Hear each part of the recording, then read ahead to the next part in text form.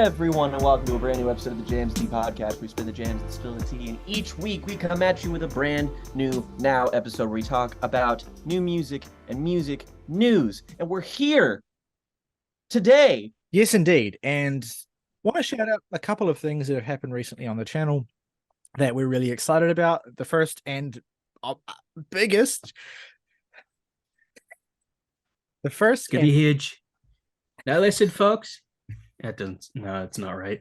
The first and biggest of which is an amazing milestone that we could have never in a million years pictured happening. 10,000 subscribers. It's frankly dizzying. We're filled with disbelief. Like, seeing the numbers tick up throughout the year has been, it's been terrifying, if I'm really honest. Like, it's been, we've been grinding at this for over 3 years now, and for the vast majority of that, our growth has been a trickle.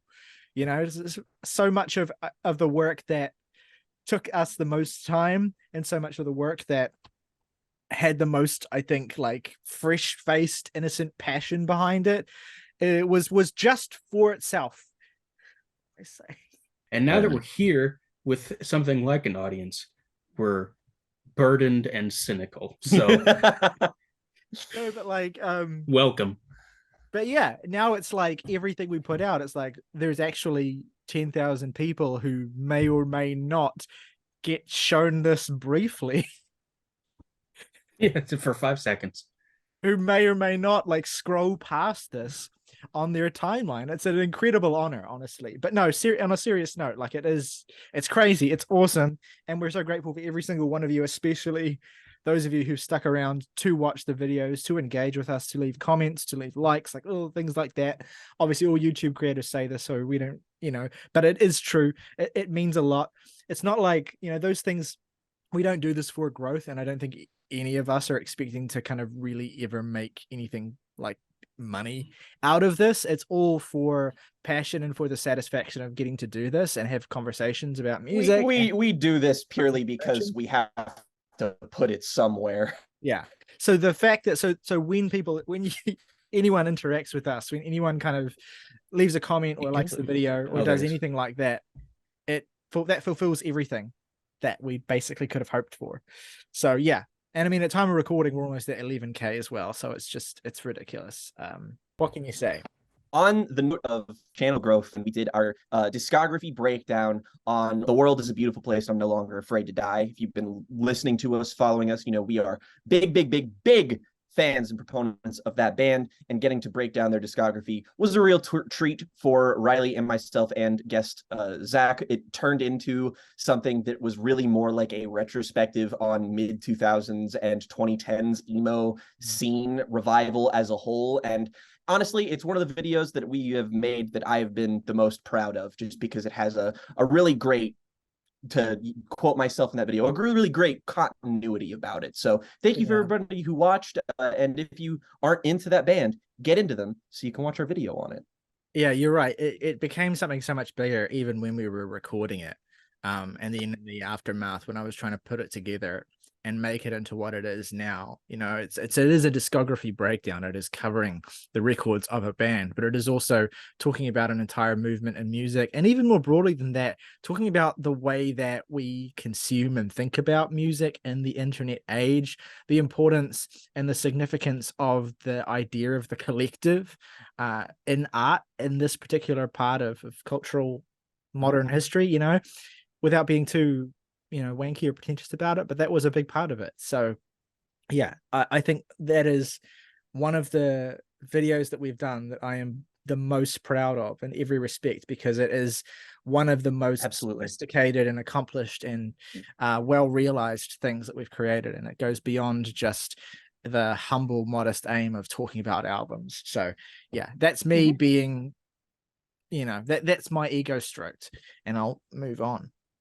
So for the rest of this episode, we're obviously going to talk about music news, and we're also going to talk about a couple of recent records that have come out that we are interested in, that we want to talk about. Like last week's episode, I kind of like the idea of bookending the video with these two records. And so I want to start off by talking about an album from an artist who we've talked about before. In fact, one of the very first artists we ever reviewed on the channel. someone who's very close to our hearts, someone whose ethos and spirit and style and music in general has been a huge source of inspiration to us, and who's been in the news in the music world this week for a couple of different reasons in association with this record as well, and that is Jeff Rosenstock. A huge, at this point, legend in pop punk and punk music in general in the last 15, 20 years, from Bomb the Music Industry through into his solo work as well. From 2015's fantastic We Cool through Worry, which was one of the biggest and best pop punk records of the 2010s. Post, No Dream, Scar Dream. I mean, we've got to talk about both of those two in some capacity, which is really, really awesome. And now is back with a new album, HELLMODE. It is... We don't want to live inside a hell mode. Thank you. Yeah, that has been how I've been thinking of the title this whole week. Yeah, same. Incidentally, Jeff just turned 40 as well. It's kind of an interesting detail that I mentioned because there's a thread to this record, and there is a kind of contextual background to this record of the aging punk rocker. It's a phase of being a figure in the punk rock scene that everyone goes through, provided you don't have a fiery, tragic young death. One of the things I've actually always enjoyed about Jeff is that he's spoken about very sort of contemporary and very young feelings and experiences and sensations, but he's also brought them into the world of adulthood, into the world of kind of more, realistic and mundane things. I think that's something that he's always done with all of his solo career stuff. I mean, right back to We Cool, but even in Worry as well. You don't get many pop punkers who are talking about things like mortgage rates and talking about things like inflation and talking about, various sorts of big political issues in the way that he does, while still having this very spirited, college-y punk rock style that he has. I mean, that's been the really interesting dynamic and the really interesting aspect to Jeff's personality that's made him stand out, I think, is the way that he has this kind of young spirit and energy and style in the way that he writes and performs music, but that he also, lyrically, the way he approaches songwriting is from a very sort of I'm growing up and life sucks and I have to deal with all of these things. And at the same time, the world around me is turning to shit and becoming overwhelmed by a swirling vortex of hate, basically. And that swirling vortex of hate is something that has been a huge part of the identity of a lot of the albums that he's released in his solo career. I mean, especially a record like Post, for instance, which was in such a huge part, a reaction to the early phase of the Trump era. And, No Dream as well, confronted the realities of, it's interesting, Worry and No Dream are both records that were recorded before the massive swirling terror that they came out in. Because Worry being a record that came out in October, I think, of 2016, and then No Dream coming out right in the early days of the pandemic as well. These are records that were recorded before these huge crises were visible or were really all that culturally. Which crisis is next? Exactly. But then those records have been consumed within those crises and read through that lens as well. And so it leaves Jeff's work in a really interesting position as well, where, the thing that comes after often tends to be the thing that was reckoning with what we were experiencing while we were listening to the last thing. So, yeah, and I would say that as Jeff gets older, now being in his 40s as well, the concerns of the world kind of getting away from you and the concerns of things getting scarier and less knowable and more isolating become more acute in his music. And that, I think, is one of the defining aspects of HELLMODE, this new album from Jeff. I mean, Jake, what are your thoughts on this record? The idea of the aging punk rocker, we kind of talked about that a little bit last week with Spanish love songs.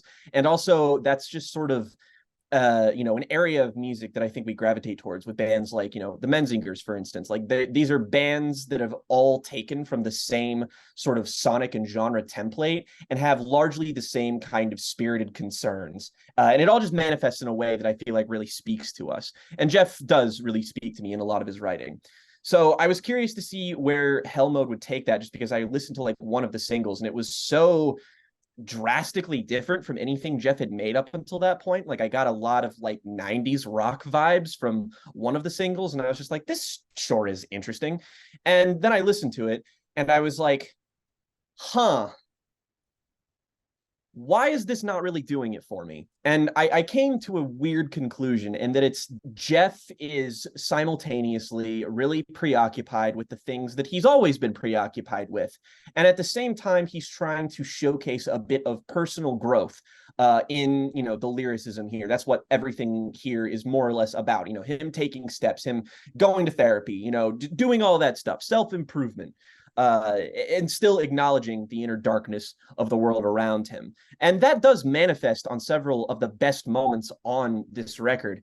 But there's a lot of stylistic choices that this album makes that just kind of leave me. I'm just not really sure what I'm meant to do with it. Like, especially on stuff like the first couple of songs on here. Will You Still You, for instance, is like, there's blast beats in this song. There's like this sparkly, spacey passages like before that. And it's just like, I'm so like, I just have no ground to stand on when it comes to songs like this. And that said, there's plenty of great classic Jeff Rosenstock moments on here. I really like the song Doubt, for instance. I think that's one of the moments where all of the album's best aspects, both sonically and lyrically, really come together. And one of the risks that I really think pays off is actually the title track on here, HELLMODE. My favorite song on here by some margin, honestly. It's a really tender ballad that's, you know, Jeff's not like a, you know, a blunt lyricist or anything. Part of his chief appeal is that he's just like a great writer. But on here, he's distinctly a lot more prosaic, and the song is moody and contemplative, but it's also just really sweet. And it feels like this is the moment where the ethos of the album bleeds through the strongest, and I get on its wavelength the most. But as it stands, for me, this is a bit more of a mixed bag than I would like. Yeah, I had a bit of a weird reaction to this as well initially, where I couldn't quite feel out why I wasn't connecting with it in the way that I'd hoped to, the way that I did with No Dream, for instance. And part of it, I think, is that I'm growing a little bit away from Jeff's particular approach to writing and performing about these topics. I just tend to be a little bit more interested with artists that are working in a slightly more esoteric realm, or deviating from the template a little bit more dramatically or weirdly than this. But that said, I want to acknowledge the variation that this record does offer. You know, in some ways, it's business as usual for Jeff, but in other ways, there are surprises and there are attempts to branch out his sound a little bit further from the punk template that I think are worthy of acknowledging and are worthy of praise. They just don't tend to land for me. I tend to like the heavier moments more on this record, because what I really want the most from Jeff at this particular stage is just to really get my head bashed in. I want stuff that's as fast and aggressive and loud as possible. So, for instance, I actually quite like the first two songs. In fact, I really like the song Head. It just has this real raw aggression to it. And I love that, you know, almost rapping style of like really fast delivery that Jeff offers on this track. It's really, really fun. Moments like Liked You Better and Future is Dumb and Soft Living and HELLMODE, I'm less enamored with. Although they do at the same time, they do, I think, showcase the most branching out that Jeff is doing on the record as well. So they're worthy of acknowledgement. It's just, I am maybe connecting with this a little bit less because I'm not really as invested in Jeff as I used to be, which sounds like a really kind of mean thing to say, but it's just real.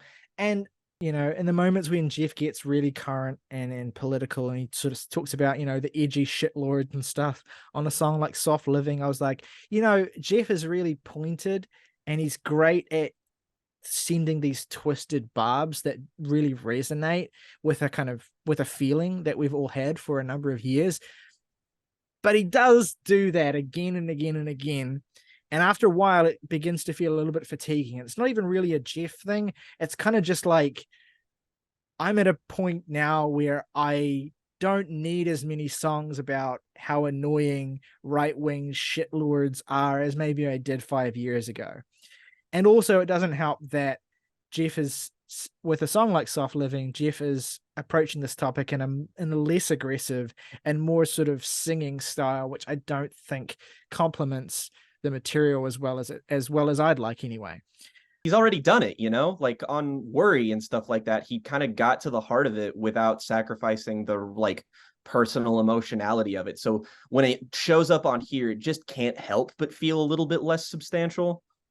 Absolutely. And again, I don't like to lean on that as a criticism too much, because what that really reflects is my, desire for Jeff at this particular time, and not, the qualities of what Jeff is doing in and of themselves. There's great tracks on here. I think Doubt is great. I think that the closer, 3 Summers, is excellent. It's a really kind of sweeping and beautifully heavy piece that has a great sort of finale to it with a lot of pomp and feeling that I love. But yeah, it is, I don't know. I kind of maybe want a hard reset from Jeff. Like Scar Dream was really was a kind of fun little fooling around thing, But I kind of liked the idea of it, the idea of just completely overhauling the aesthetic you've built and just leaning so heavily into a new path, into a new direction. Even though what Scar Dream was really just a throwback to bomb the music industry, but it felt so fresh. So yeah, I'm in a weird position where I don't feel like super great about where I'm at with the album, but I do enjoy it. I think it's a good record. I think that if you're really in the paint for Jeff and you've been really kind of hungry for more Jeff, you'll probably get a lot out of this as well. Morgan, is there anything you want to add? I like Worry a lot. No Dream, I was famously cooler on, even though I think that album is good.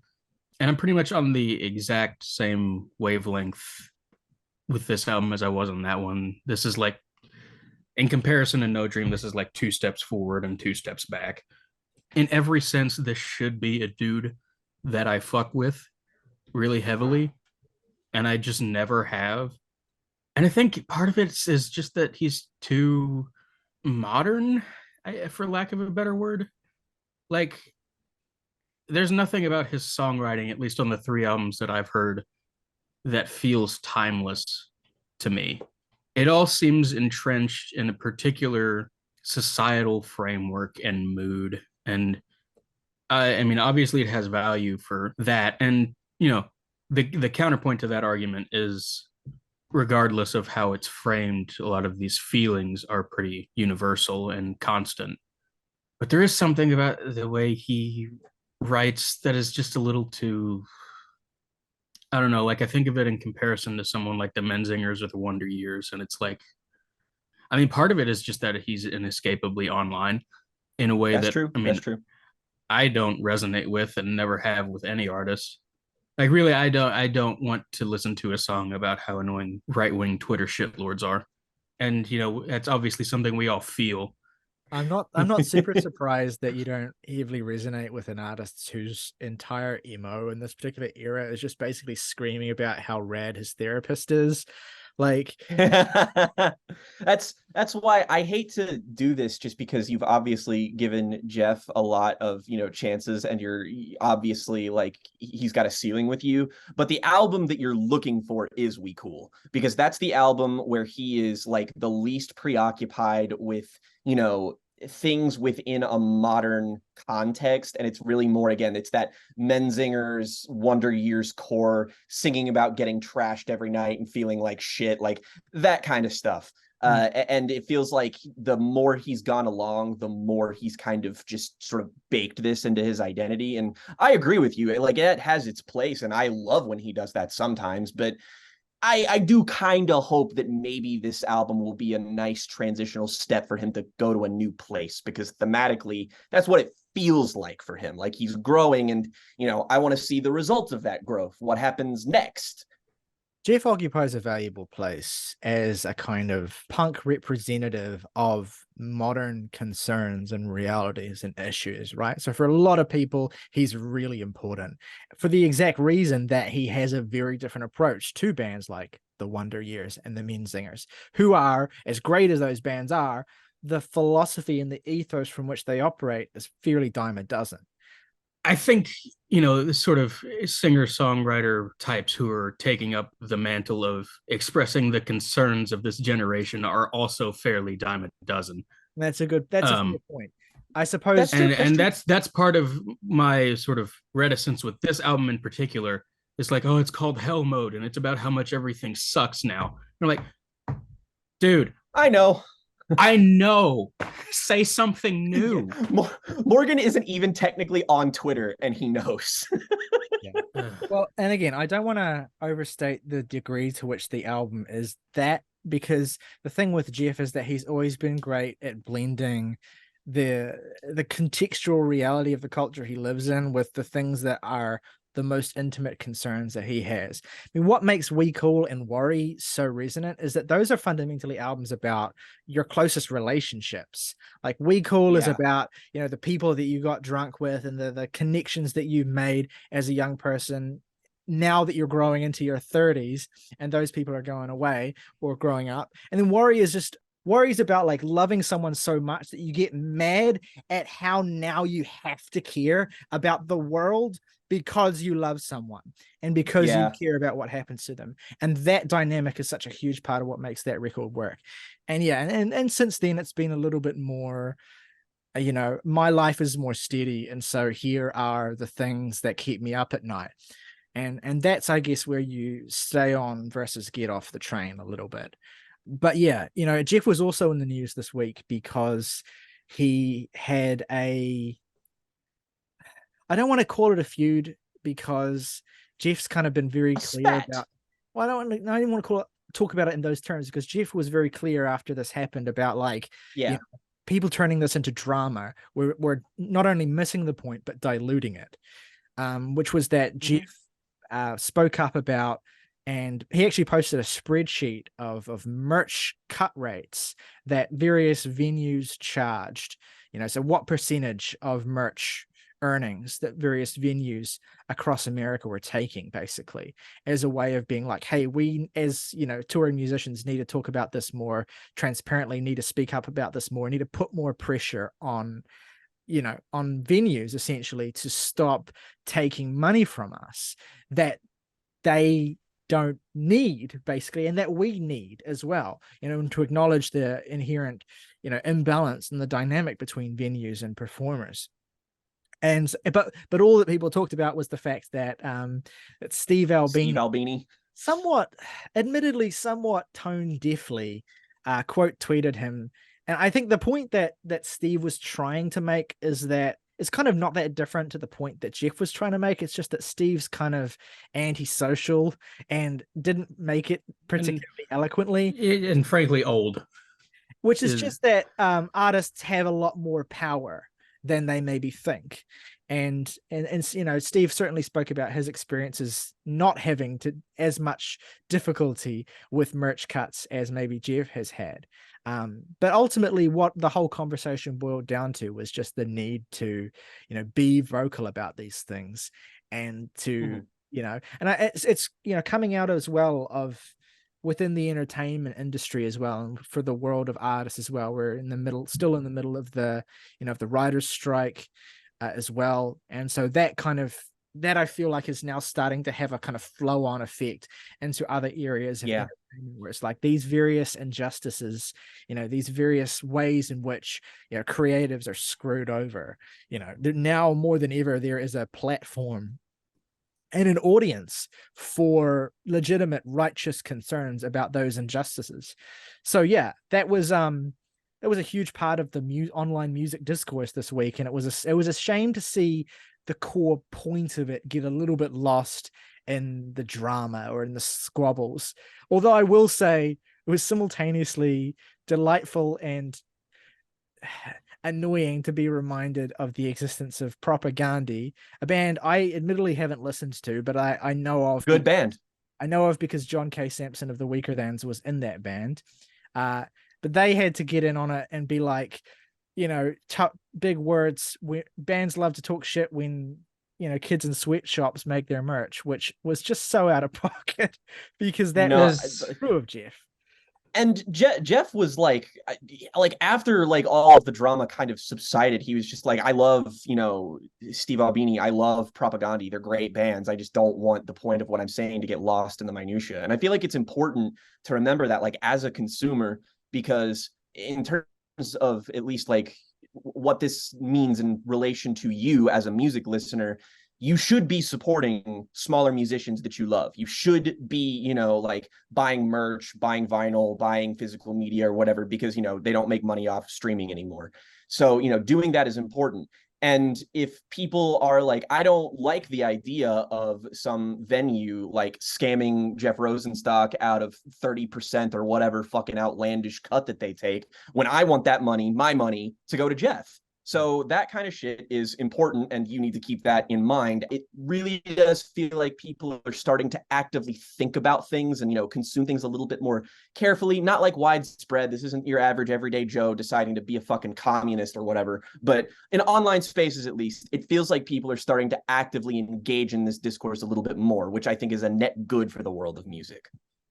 Yeah, absolutely. And the Propagandhi thing was like an example of something you see a lot in these kinds of situations, when someone is speaking up for a concern like this, which is, trying to highlight some kind of perceived hypocrisy, as if in some way, because like what do you if you're the guy in Propagandhi, what are you looking to achieve with that call out, right? Do you implicitly believe that the point that Jeff is making is invalid? Like, okay, imagine if Jeff did, have, little Chinese laborers making his merch, which he doesn't, but imagine if he did, right? Would that then fuck him. Would that make his point? Remove that. Would that make his point about merch cuts any less valid? No, it wouldn't. No, not even a little. Why do we choose these opportunities to point out these kinds of irrelevant hypocrisy? It just drove me mad. It's fucking Twitter. It's everybody just trying to get a gotcha, like, oh, I'm going to post a reply and get a zinger. Yeah, I mean, it's just like, it's Propagandhi, like, oh, we haven't been relevant for 20 years. How can we get relevant? Let's fucking piggyback off of topic of the day on music Twitter. It's just like, bro. I can't imagine they were doing that for relevancy's sake. Interesting. I think you that call was your more... band Propagandhi when Gandhi himself was quite a problematic figure. Yeah, how do you like it now? Exactly what they're doing, where it's like something that plagues the online left, and frankly, I'm sure has plagued the left since before online was a thing. Is just that, like, the reason we never get anywhere is because nobody can ever decide on which direction to go in, because somebody always has to have some snappy one-liner about, oh, it's funny about you're complaining about merch rates when your shirts are made by little Curious Indonesian that children. You participate in society. Like, you are a socialist, yet you have a home?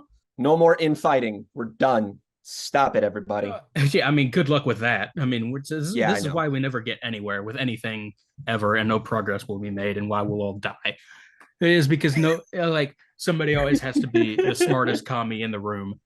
And it's just like, I hate all of you. Karl Marx would like me the best. Stop arguing about dead men and fucking do something. Shut up. Or don't do something. I mean, it's not like you can go to bed. I don't fucking care what you do with your life. Just log off. Or, like, I don't know, in the case of Propagandhi, make music. What are the concepts? Get in the studio and take an edible or something. I don't fucking know. Write a diss track if you care that much. Like, make it. No, I'm not going to listen to that, like, but that would be like when Prince did that, when he was going on his like crusade towards copyright, and he made a diss track against the people who were like trying to fight against him being all copyright strike happy on YouTube. Does anybody fucking remember that shit? And that's how you do it. If you know you have this unstoppable desire to be a self-righteous idiot and call someone out, don't do a fucking quote tweet. There's nothing fun about a quote tweet. There's never been anything fun about a quote tweet. It's not even a quote tweet. It's a subtweet. which is the lowest form of tweet. Riley, that True. may be It the wasn't most some profound tweet. thing you've ever said on this podcast, is that there is nothing funny about a quote tweet. I say You're that. so right. I say that, and most of the things I like on Twitter are probably quote tweets. So it's Yeah. whatever. See, Quote no, tweets are some you're succumbing stupid shit. to the infighting, Riley. You're just like, but yet I like quote tweets. No, don't do it. No, it's and my point. I rest my fucking case. It's just, we're never gonna get out of this hole. On a lighter note, I want to talk about a few albums that mean a lot to me that are celebrating big anniversaries this week as we record. I wrote, so one of them is the Arctic Monkeys AM, which came out 10 years ago this week.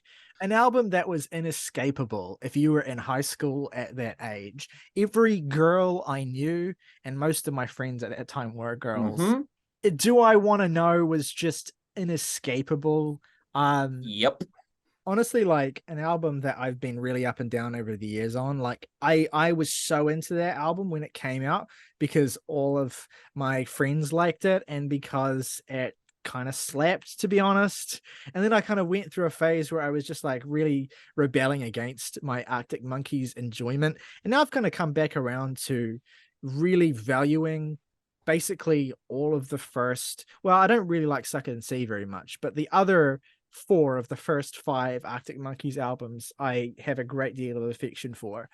And AM is just like, it occupies this weird space of, I don't know, it was just like, it was the weird potential of crossover pop rock at that time. You know, it was just Lana Del Rey, Born to Die, Arctic Monkeys, AM. I was just listening to that shit so much. It's a band and an album I associate with my knowledge of, at least, because there was this girl who rode my bus, and eventually, like, I started talking to this girl because I had a crush on her. And of course, the 3 bands that she talked about like endlessly were Arctic Monkeys, Vampire Weekend, and if anybody remembers this band, Mariana Trench. Those 3 were like the first band. Yeah, right.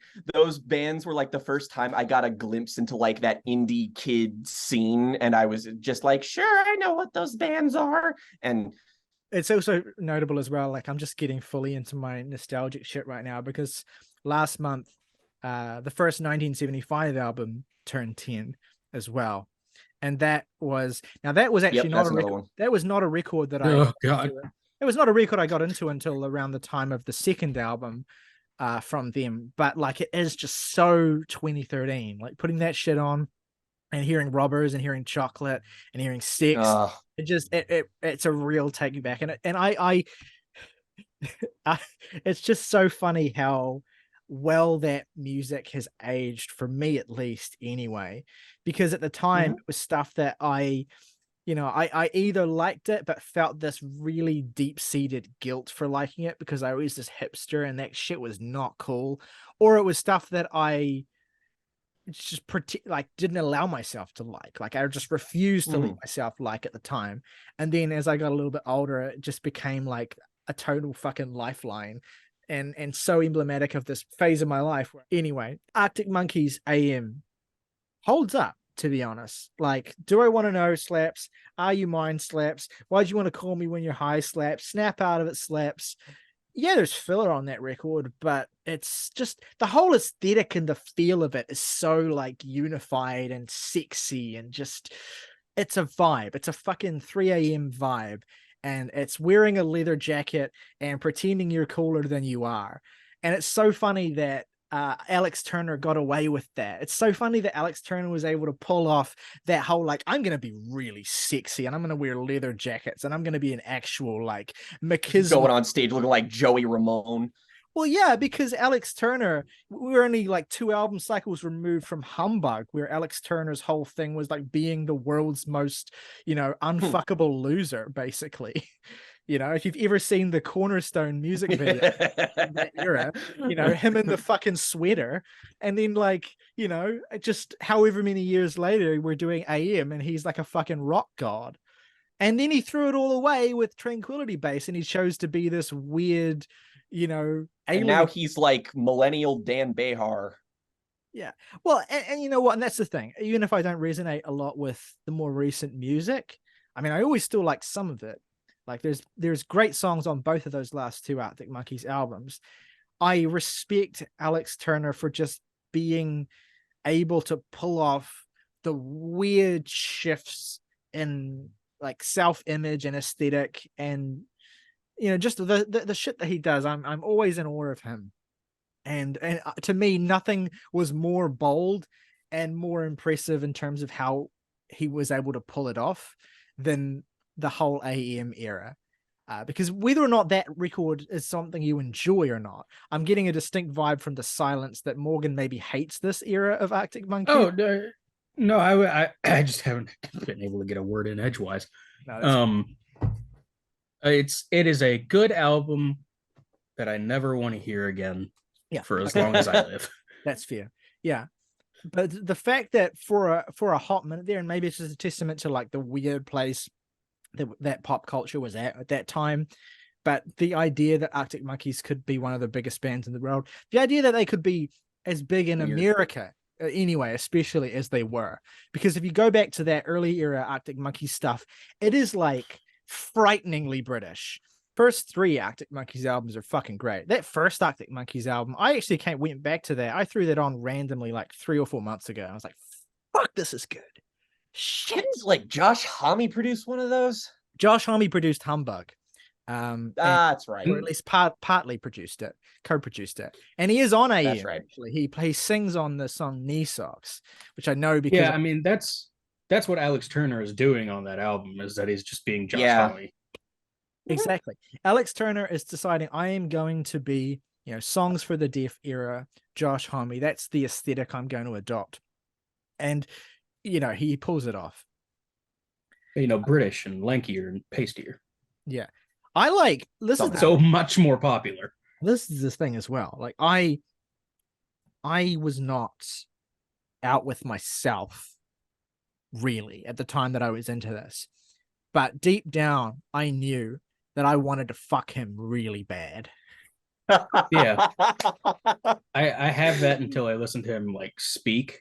So because I have this like very long ago memory from like a live music video of I Bet You Look Good on the Dance Floor, where he goes, "With Arctic Monkeys, don't believe the hype." And I was like, yeah, exactly. Why do you sound like that? And then but then they start playing the fucking hardest song you've ever heard. Yeah. Like that. Exactly. It's like, all right, maybe you can stay. Yeah. Anyway, moving along. I don't want to spend too much time on these, but I want to very quickly shout out 3 albums that turned 20 this week. 3 very, very different albums, but that all meant a lot to me when I was a teenager. The first is the fantastic sophomore album from indie folk luminaries, the Decemberists. Her Majesty the Decemberists turned 20 this week. I fucking love this album. It is like maybe their 4th best, but I fucking love it. For a lot of people, this is the Decemberists album. If you were like really, really into them, like in 2003, or if you were really, really zoned into kind of like folk music in 2003, this was it. Great record. Really wanted to shout that out. My Morning Jacket, It Still Moves, like on the opposite side of nerdy music guy culture. I mean, Decemberists, Kentucky native. Decemberists is nerdy music guy in the sense that I read books and shit, and My Morning Jacket is nerdy music guy in the sense that I know, I know every brand of guitar that's ever been invented. I got really into Tom Petty when I was 20. Yeah, exactly. It Still Moves and Z are like both amazing albums, but It Still Moves is like for a certain brand of like dad who's like, who was probably like 30 when this came out. This is like one of the defining guitar albums of the... You're talking about Stephen Haydn. Yeah, this is one of the defining guitar albums of the 21st century so far. The playing on this record, it's like it flirts with being a jam record, but never quite commits. It is a long album, has some long ass songs on it, but it is just like guitar porn for 70 minutes. It's just ridiculous. I want a slice of it. Check out the track One Big Holiday, which is one of the most famous MMJ songs. The guitar playing on that track is, it would make Hendrix blush. There was an era where that band was just untouchable, and It Still Moves is a great encapsulation of it. I like Z, the follow-up album, a little bit more, because that album's kind of a little bit more, it's got its head on its shoulders a little bit more. It's a little bit more tempered. It's got a little bit more tightly wound song structures and a little bit more variation in how the sound and how they land the sound. But both those records are fantastic. And so I wanted to give a shout out because I don't think we've ever acknowledged this band. And yeah, Kentucky native. So yeah, rip Resent. Mr. Jim Jones. No, Jim James, Jim Jones. One of those. Wrong name. One of them is the guy from My Morning Jacket, and the other one is like the Kool-Aid Man. Maniac. So yeah. Whatever. Referring to Jim Jones as the Kool-Aid Man is one of the funniest fucking things you've ever said. Jim James, what he is. The guy from Jim James is the guy from My Morning Jacket. I'm like Homer Simpson with the Lenny White, Carl Black on my hand. Cat in the face. Anyway, so check that out. Last album and most significant album that turned 20 this week. We have a video on this record. When I was 17, this was my favorite album of all time, as I'm sure I said in that video. Yeah. The Wrens, Meadowlands, turned 20 this week. Amazing album. Fucking listen to it if you heard it. We have said our piece on this sucker. It is one of the most emo. It is one of the emo albums of all time. It is emos for people who just like, again, it's like the My Morning Jacket album for people who fucking love guitar tones. Well, yeah, it's like American football for people who wish that band were a little tiny bit more classic rock. You know, just a little less noodly. Yeah, that's basically what Meadowlands is. And you know, that album is the genesis for all the emo that I love and all of the aspects of my musical taste that even relate to emo. Basically, everything comes back to Meadowlands. I heard that album before I heard American Football. I heard that album before I heard Jimmy World. I heard that album before I heard Sunny Day Real Estate. That was my ground zero.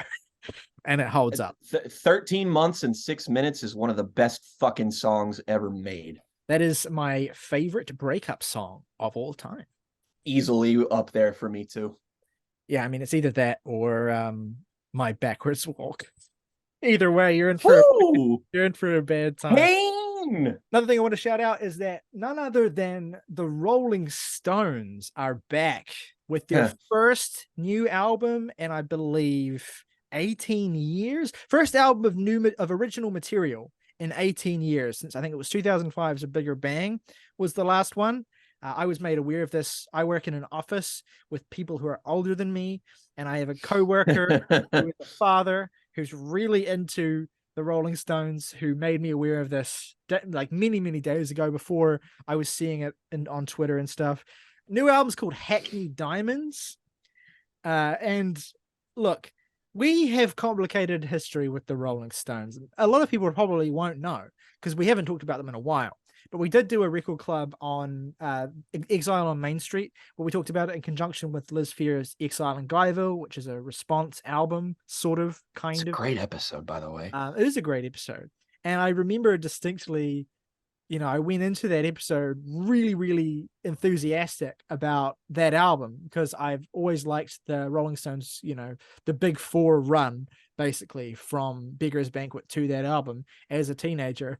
But then it was like I was greeted with like the tone of that conversation was so hostile to that record in a way that I wasn't expecting.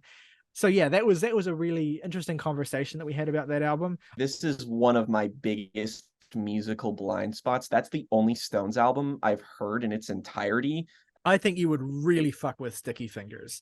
That album is like roll up my doja. Sorry, that was just a really funny sentence. I think you would really fuck with Sticky Fingers. Ew. That album's really great. It's 10 songs front to back, excellent. Sticky Fingers and Let It Bleed are both just, in my opinion, fairly peerless. You know, they're both like 45 minutes. They're really to the point. We kind of jumped into them with an album that is very deliberately messy and all over the place. Their White Album. But anyway, they're back with Hackney Diamonds and this lead single, Angry, which is not one of those great songs. with its Saint Anger evoking cover art, I okay, so what do we think of the song? I mean, Jake's kind of already flagged that you're I not a I'm huge gonna sound like fan. I'm gonna sound like Morgan here for a sec and just be like, Oh dear. listen, Mick Jagger, you are so old. Like I can't get past the fact that this dude's like delivery is like it's so close to like him in his heyday that it almost sounds good, but there's just enough agedness in his voice for him to hit this vocal refrain over and over and over again, and it's like I mean like sandpaper. Ugh, I do not care for like everything about it is like it's very big, it's very loud, it's very in your face, and I there's no in for me with the song. Like I think the hook is kind of unbearable. Here's the thing with this song for me. It's so like Rolling Stones type beat. It's Yeah. so that I kind of like it. Like it makes me smile in a certain way because of how fucking obvious everything about it is. Yeah, I can see that. That's more or less my feeling. I mean, I don't unless we review the album, which I don't know, maybe. We could. I will never listen to this song again, but I didn't hate it or anything. It's just like it's literally the Yeah. Rolling Stones are weird because it's like I do think they're overrated. But it's like I don't know. I don't wish I don't want a they were world without them. yeah, I don't wish they were any less a part of rock music history than they were. There was a period in the late 60s, it's hard to think about it now. It's hard to think of them as like progressive or like cutting edge or like even all that artistic, just because their whole image and aesthetic has been so like hedonistic and like, dumb blues riff type beat sort of shit. But there was a period in the late 60s where they made a movie with Jean-Luc Godard. They were doing like all kinds of weird shit. You know, they made a fucking Yeah. full-on psych rock album in 1966 before the Beatles did. Like they were doing some really innovative stuff, and they never stopped like genuinely caring about the music they were making, Oh yeah. even if sometimes it didn't always appear that way. Yeah, You I've know, got major respect for him. Overrated is such a useless classification in the Yeah. context of a band this size.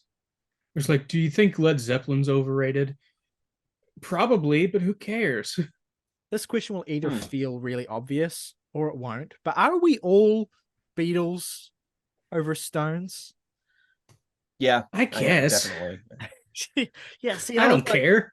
like I am, but it is like one of those things where it's like I wonder if I've taken the obviousness of that for granted a bit much, because I do really love the Stones records that I love. So, but I feel like for some reason, like, they acquire this reputation of being like less artistically validated or whatever than the Beatles. They're the kind of like Mhm. diet alternative for the people who want to cut the pretension and just get straight to the meat, right? And I feel like that maybe has undersold them a little bit over the years.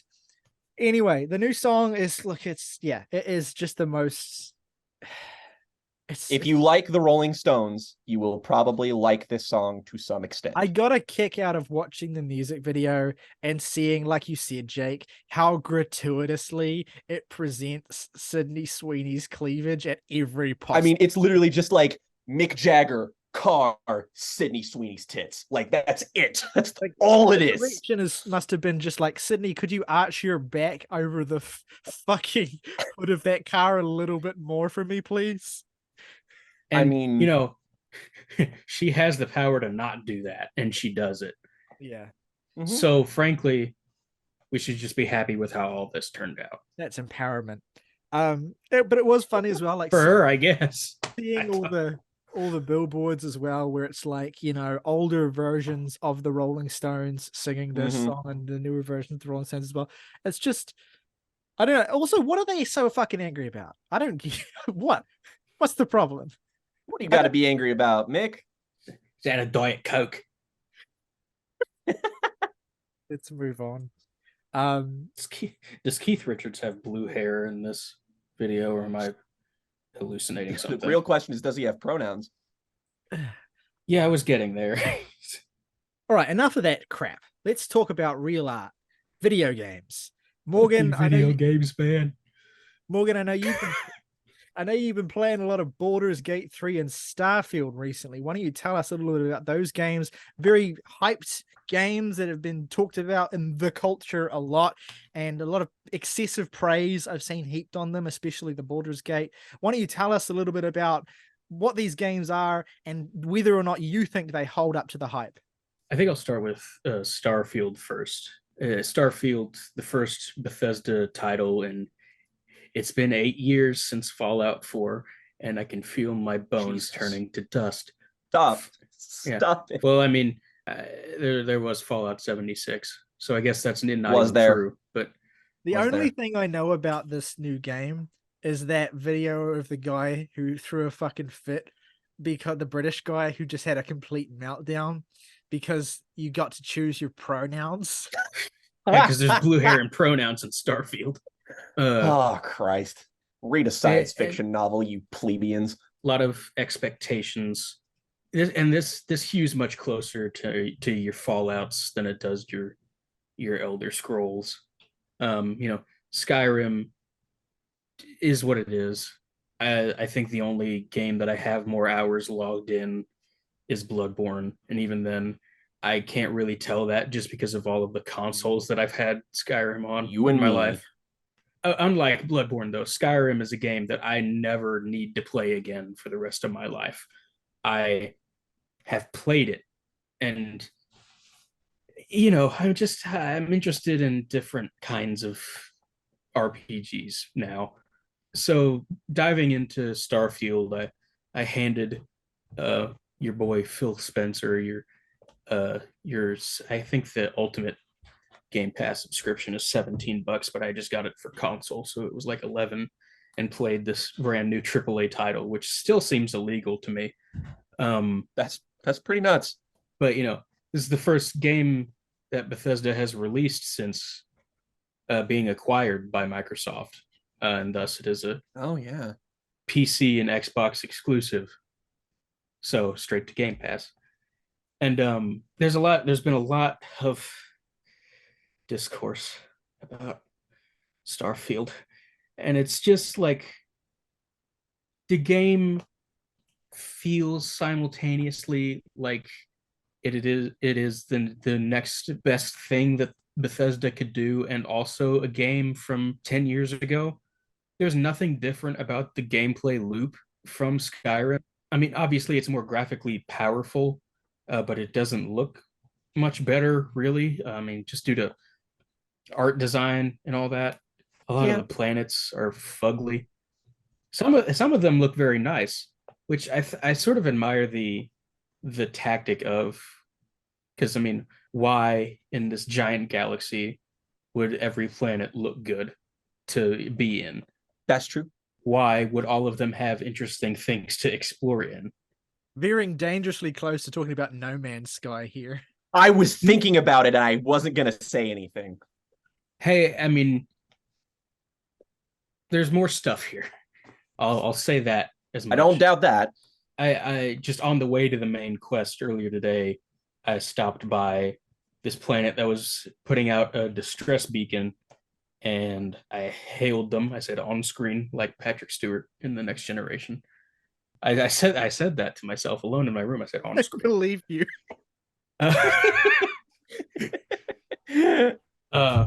And it was like, hey, these space pirates have knocked out the communication relays between our colonies. Can you help put those back together? And I was like, sure.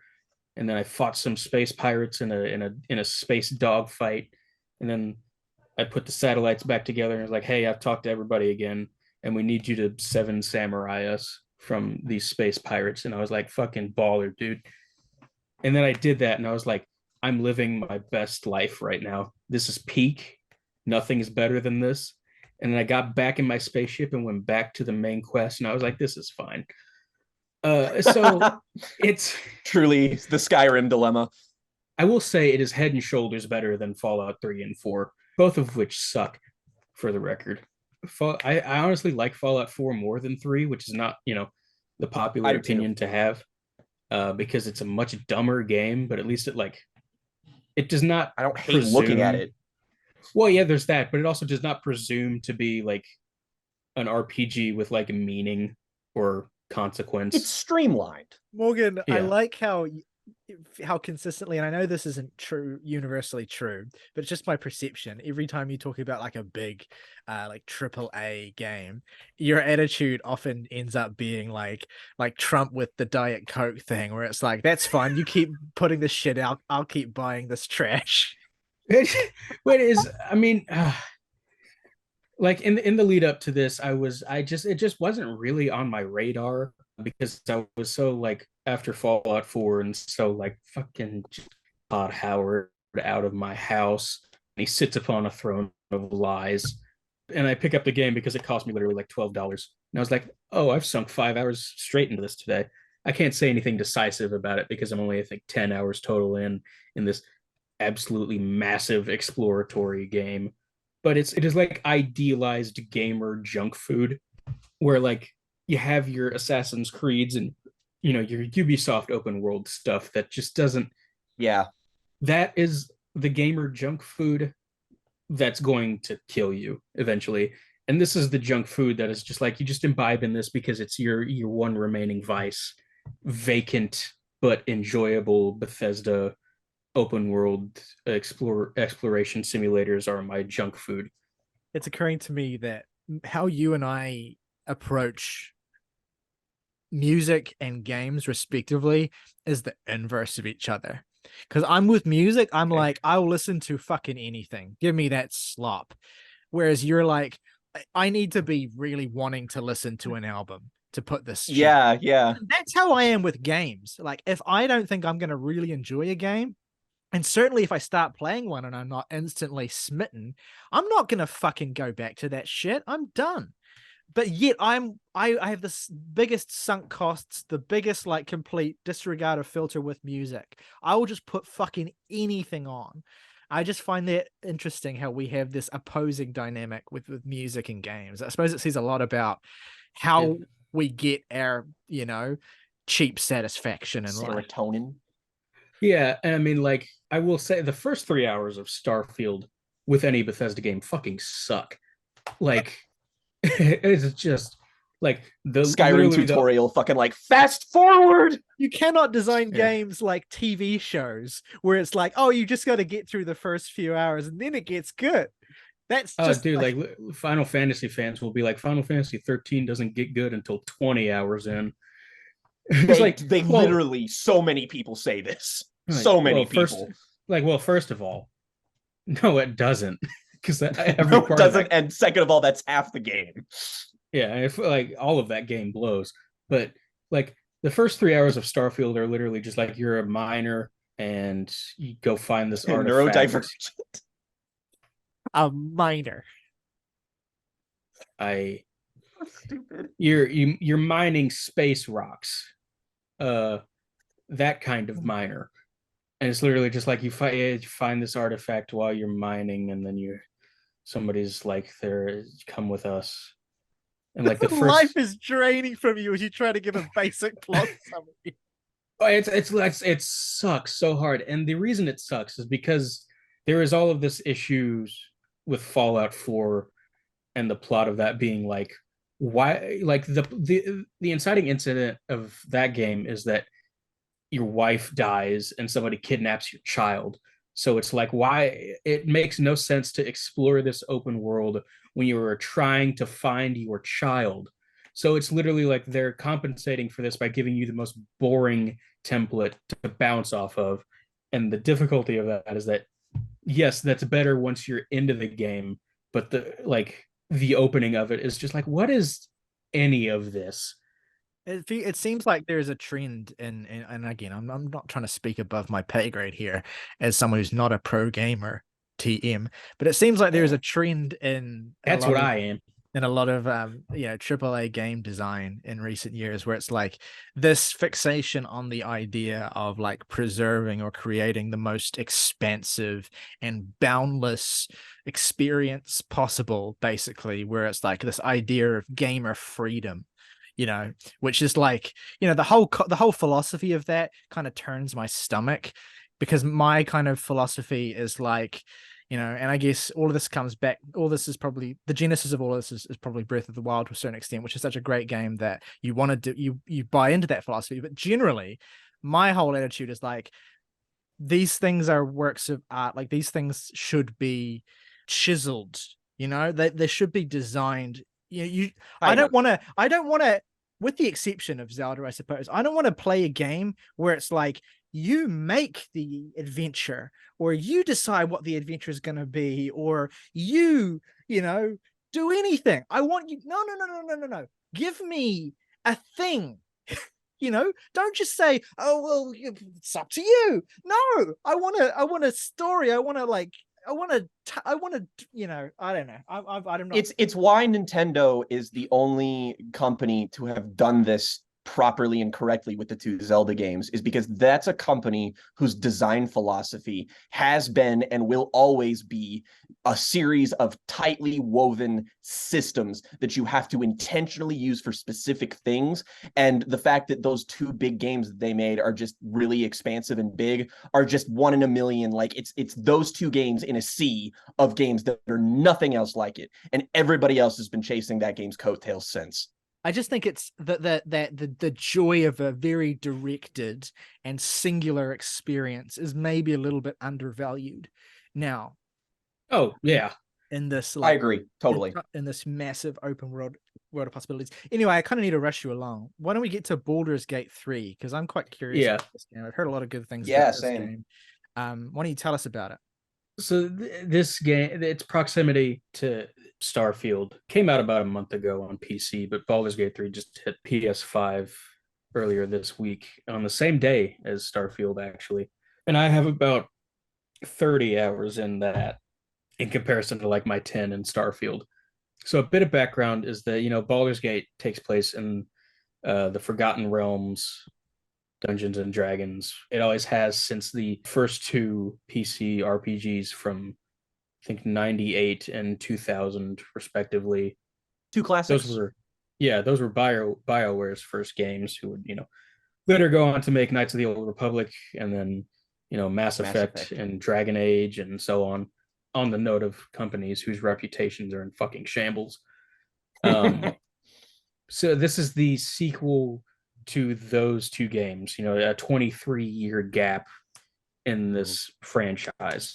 Now, the difference between this game and the last two is that it's made by Larian Studios, which is I don't know what part of Eastern Europe they're from, or I think it might be Northern Europe. I don't know exactly, but they're a European company who most came into the public eye for making the game Divinity Original Sin 2, which is my fourth or fifth favorite game of all time. If it interests either of you, it's on the Switch and runs fairly well, to my knowledge. It is the peak of the role-playing game. It has my favorite turn-based combat system ever. And did you say turn-based combat? I'm listening. Yeah, but yes, but it's also absolutely nothing like a JRPG turn-based combat.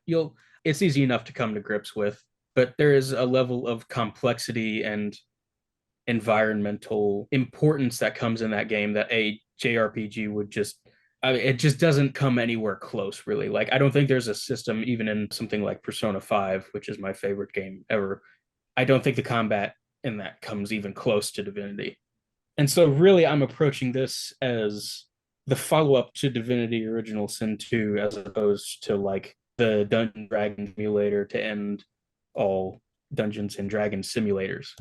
I was just so unbelievably excited for this game, and I've sunk about 30 hours into it. I have no idea how far into it I actually am. I might prefer the combat in Divinity a little more, but that's just like 130 hours in Divinity compared to 30 hours in Baldur's Gate. I mean, it's just hard to say. I haven't finished the game yet, so it's hard to know where all that will end up.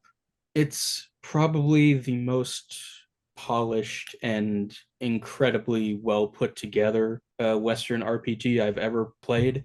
I think the gold standard for like polish and presentation up until this point was probably Dragon Age Inquisition, and this makes that game look childlike in comparison. It's impossible at this rate to fathom just how deep and complex and rewarding this game is going to be. It's like the complete opposite of what player freedom means in a game like Breath of the Wild or Tears of the Kingdom, in the sense that so much of what the gameplay loop in Tears of the Kingdom or Breath of the Wild is like, oh, hey, what's that thing over there? I'm going to go do that.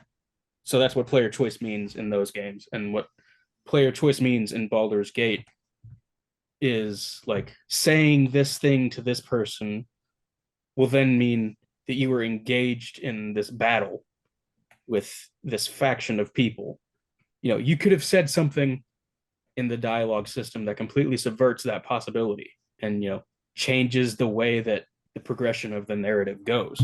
Like a chain. Like I remember, like a chain of consequence idea. Exactly. I mean, there's a lot of combat in the game, and I think there's about as much dialogue, which the best thing I've played all year for the first time is Disco Elysium. Oh, I fucking love that game. I fucking love that game. And that game is just dialogue. Yeah. And it's basically the same. Baldur's Gate 3, it basically works the same as it does there. It's just broken up with turn-based combat systems. Have you played Disco Elysium, Jake? Because I'm going to be real with you.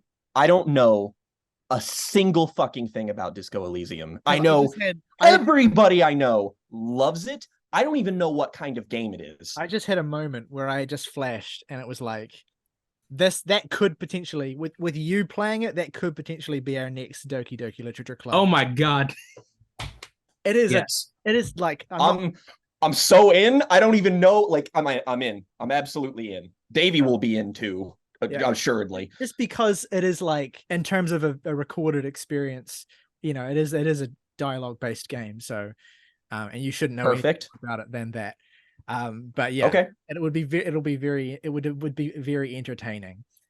So not to divert. Yeah. That is an A+ game. Like, I've not played. Yeah. Now looking forward to this hypothetical thing. Clearly, the oversight for Larian Studios and the way that this game has ended up has been, take all of the time and resources that you need. We will do this for you because you're putting together the product that we want to represent Dungeons and Dragons in gaming right now. And that has paid off tenfold already, just in the critical reception that this game has got. It's higher rated on Metacritic right now than even Tears of the Kingdom. Truly the Olivia Rodrigo guts of games. Sure. 2023 is going to go down as like one of the years of gaming ever, because my top 10 first year this decade I've actually felt incentivized to play video games. Well, I mean, that's more your fault than anything, because there have been some fucking spectacular titles. I mean, if Elden Ring didn't move you, then I don't know what. Anyway, point is, my top 5 of this year is like Tears of the Kingdom, Resident Evil 4 remake, Final Fantasy 16. Final Fantasy 16 is at number 3, and that's stupid. Probably number 4 once I'm done with Baldur's Gate 3. Starfield is a game that I will probably put 50 hours into when all said and done, and it will not even crack my top 10 of this year, most likely. It's just an obscenity, and I am so poor. The titles that we remember are probably going to be like Tears of the Kingdom and Baldur's Gate 3. And this has been a big discourse of like, does a game that's had basically, for all intents and purposes, infinite resources put into it, is that fair to make that the standard bearer for quality in role-playing games versus, hey, maybe it's not crazy to be like, games should be this good, or at least this polished and well realized and released on a time that is healthy for, developers and the game itself. the bar has been raised by a single game. Essentially, it's more influential than Tears of the Kingdom will be, just because Breath of the Wild beat that game to the punch. So it's like there are going to be a lot of games that are trying to do what Baldur's Gate 3 tries to do, and I can only see that as a good thing. It's a bit like when The Witcher 3 came out, and then Assassin's Yeah, Creed, yeah. for instance, pivoted to completely open world and like a dialogue tree. And it's like you're just cribbing so hard from this, and you can't do it. You don't have it in you. But like I admire the tact. Let's move on and talk about one more thing to talk about in this now episode, which is the new album from Slowdive. Wanted to give it a bit of a moment because Slowdive are a band that we love greatly, that we have, that we haven't actually talked about them on the show all that much. I mean, we've had, every so often we've had one of those segments where Jake talks about, the 1,500 listens of Souvlaki he's been giving that week. But for the record, like Jake's not the only Slowdive fan here. We all love Slowdive, and we're all very excited to have them back this week with their new album, Everything Is Alive, which feels a little bit like I don't want to say an ironic or sarcastic title, because they're not really an ironic or a sarcastic band, but it's an interesting title because, oh yeah, there we go. We got that. That's, yeah. 4.2 thousand scrobbles of Souvlaki. Yeah, which is fucking right. That's the truth. Honestly, that album is just, it's a great album. It's not even my favorite Slowdive album. It's my third place. What the fuck? No, it's third. Wow, shit.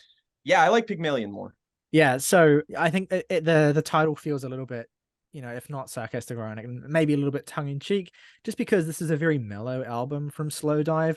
It's what compared to their last album, which was the big comeback record, and felt like Slowdive making a comeback in the most sort of like demanding sense, where they were making basically the loudest record they'd ever made, this really skyscraping album that just completely demanded and filled every space that it occupied. One of the biggest albums of 2017 for me, and a record that just still completely reduces me to dust every time I put it on. So it makes sense that Slowdive, now having kind of settled into this existence as having been reformed and touring and occupying a place in the world after being broken up for so long, it makes sense that they would come back with something a little bit more mellow to follow that record up. And I think that maybe situates Everything Is Alive in an awkward position to potentially be a little bit overlooked. But I want to say straight off the bat that the joys of this record they're very special. This is a gorgeous, understated, slightly weary, but very beautiful album that feels like Rachel and Neil are allowing themselves to show their age and to kind of feel that sense of exhaustion and resignation that comes with age, in a way that doesn't shoot a hole through the feeling or the vibe that you would expect from a Slowdive record. It makes it more measured. It makes it more specific and limited in a certain sense in its appeal. Like the great thing about Slowdive is that I can usually listen to them in any mood, no matter how I'm feeling. They'll have something that will augment that space. Whereas Everything Is Alive is a record that hits for me really like in the dead of night, like when I'm feeling kind of shit and I can't really sleep and I just need something to kind of occupy that space. It's a beautiful little record. And Jake, I want to ask you to speak a little bit on this as well and tell us a little bit about what this album means to you as someone who's so, besotted with Slowdive to have them back again. This, of course, I think, pretty sure the first Slowdive album you've been kind of present for the release of as a fan. Mm-hmm. Tell us about how Everything's Alive has been hitting for you. The 2017 self-titled is my favorite Slowdive album, despite the fact that, I've listened to Souvlaki enough in one lifetime to cover a few lifetimes. But that to me was the most fulfilling incarnation of their sound, and just like, it's very difficult for me to put why that's one of my like favorite like I'm pretty sure that's like a top 10 of all time for me. And it's mostly just because all of my favorite Slowdive songs are on that album. Like, I mean, No Longer Making Time is like top 5 song ever for me. That's just like, like my life was different before I heard that song, and it was irrevocably changed once I did hear it. So like naturally, like after that came after like such a long period of silence, Slowdive are a band that you're just kind of like, are we ever going to hear from this band again? Who knows? Those 90s shoegaze bands are fucking elusive. Who knows if Kevin Shields will drop another album, even though that supposedly he's got 2 finished. But again, this is something that like a new Slowdive album, a new My Bloody Valentine album or whatever is just like, I don't even think about it until it might happen. So when Kisses dropped, I was like, okay, let's listen to this. And I dug the fuck out of it, mainly because it sounded like it was something that could have been right off of the self-titled. And as much as I do love that song, I've listened to it dozens and dozens and dozens of times, my prevailing thought was, what is this going to be album-wise once we get it, other than just more of the self-titled, which I'm not going to complain about.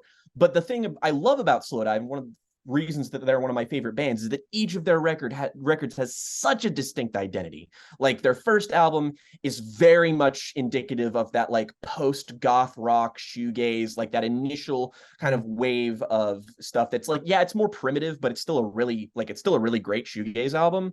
And then of course you have Souvlaki, feels like, you know, the Brian Eno production just feels like, you know, this constant ray of bathing light.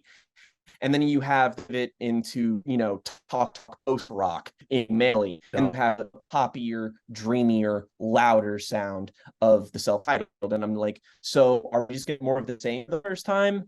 And when listening to the singles as they came out more, and they proved to be way more languaging than Kisses, I was kind of like, okay, this is definitely different, but I still don't know what this is yet. So I had to kind of wait until the full album was actually here. And then once it was here, the first time I listened to it, I was just kind of like, huh, like I like this, but like, what? I just didn't really see what it did to carve out for itself in terms of like what it was, because it was definitely different. I just didn't see the intent. And as I've listened to it more and more, as Riley said, a lot of it at night, it's kind of hit me as being like kind of obvious as to what it is, in that if the last album was a reinvention of their sound, like that's the self-titled is their modern Souvlaki, and this is their Pygmalion. This is the Pygmalion to the self-titled, in that it's basically using that sonic template and making something that is more structurally, I guess, long-winded and more ambient pop inclined. And that's not what a lot of people go to Slowdive for, which is probably why this has been received, I guess, relatively lukewarmly amongst a lot of people. I get that, but I find it really fulfilling just because I like the idea of taking the sonic toolkit that they established beforehand and making something willfully a little bit more challenging that suits a completely different purpose. Like I can't just put on Pygmalion and get the same experience that I do with that album here. Like this one is it has more forward momentum than that album does. But to me, it's a distinct step in a direction that they have been in before, but not with the same tools that they've used in like recent years. So in that respect, I find it really interesting and I really love listening to it. But it is the Slowdive album, I feel like, that contains maybe like you have to be in the most specific of a mood to get the most out of it, I guess. I've listened to this 8 times front to back, so feel like I have a fairly good handle on it. And I agree that this is the Slowdive album with the least, I suppose, sense of an identity for itself. It is very varied. It's seldom do you get 2 songs in a row that feel like they're offering a similar slice of what Slowdive can do. The unifying factor is this slicker production style, which I was initially a little bit cold on when Kisses dropped. It just felt a little bit like some of the edge that I was thinking too much in the vein of the self-titled record, I think, which is such a razory, wiry, just loud and distorted album. And I was thinking about these songs in comparison to that. And so of course they're going to feel Of course, they're very different in production approach, so that distinction is going to stand out. But consuming this album on its own and adjusting to the way the band have shifted with their production approach here, I've come to appreciate it a lot more. Actually, Kisses has really grown on me. It's weird. Like, I didn't vibe that much with Kisses when it came out, and then I was vibing a lot more with Skin in the Game, and now I've kind of switched a little bit where Skin in the Game's still pretty good, but I enjoy Kisses a little bit more. I find myself actually surprisingly most drawn to the really languid parts of this record. Tracks like Under Me too. Plays, which I think is a gorgeous song, and the opening track as well, which is a real standout Shanty. for me too. Just a really beautiful, dreamy landscape that doesn't, I think, need a lot more meat to.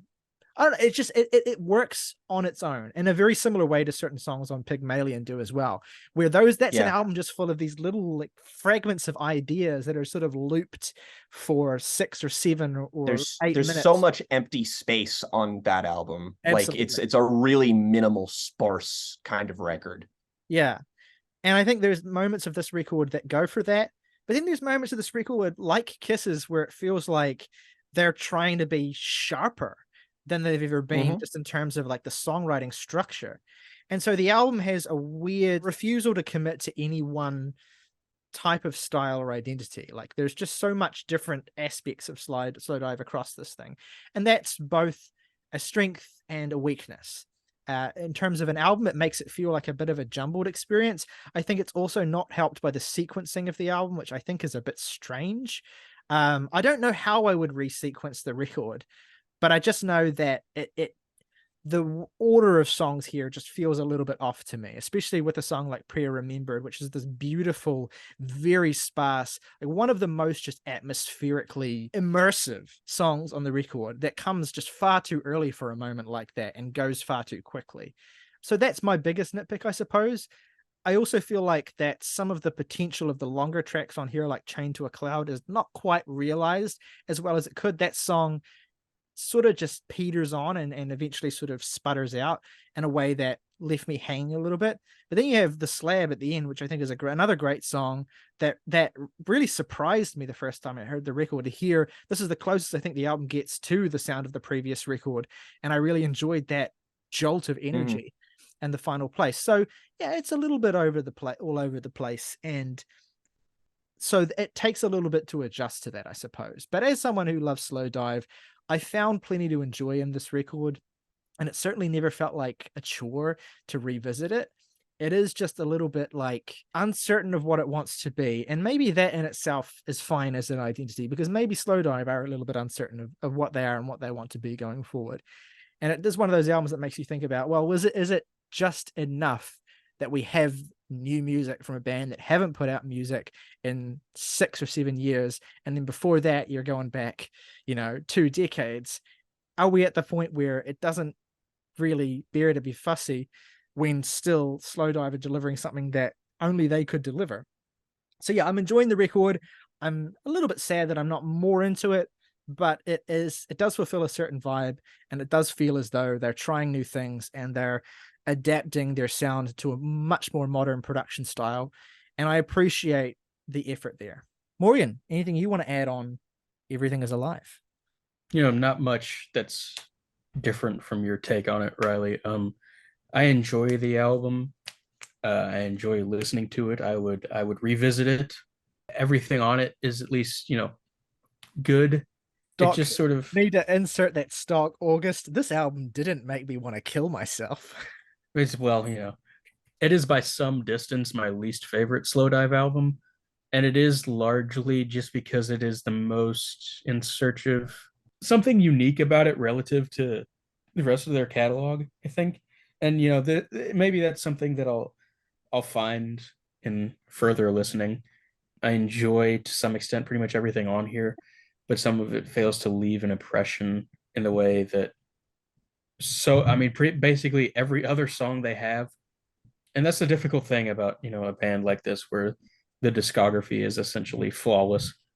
It's just when they fall short of that mark, it feels a little more drastic than it does with other bands. So, it's sort of a time will tell thing where, how does this adjust at least in comparison to expectations. I think the fact that they're going for, like, again, the sort of revival of the idea of making an album that's kind of a direct antithesis to the thing before it is enough of a singular identity for me. Or it could just be the fact that I've brute forced so many listens of this that I just kind of get it more, or maybe I'm just a fucking fanboy or whatever. But I guess another quality of the album that I like is just how it kind of goes without saying because it's a Slowdive album, but like, God damn, this album sounds good. And say it with me, kids. Thanks, Sean Everett. I didn't know he was actually involved with the record beforehand. Thank you, Riley. I didn't know he was involved with the record beforehand. It's exactly a sound that I would have expected getting someone like him to with, but this record is engineered, mastered, produced. It's flawless. Like, vibe may not be your deal, might be too languid for your liking, very understandable. But in terms of shooting what it's going for, I think it pretty well and do hits the mark. Absolutely. Let us know what you think of either of the records we've discussed today or any of the news that we've discussed today. Let us know what you've been listening to at home as well. And let us know if there's anything we need to check out. If you want to go above and beyond and support us directly, you can become a member of the Jams and Tea family for just $1 a month. Get your name in the title crawl of every video on this channel. Plus, if you want to recommend us a record to check out, your recommendation will go right to the top of the pile. Until next time, though, folks, rock over London, rock on Chicago, Capital One, what's in your wallet?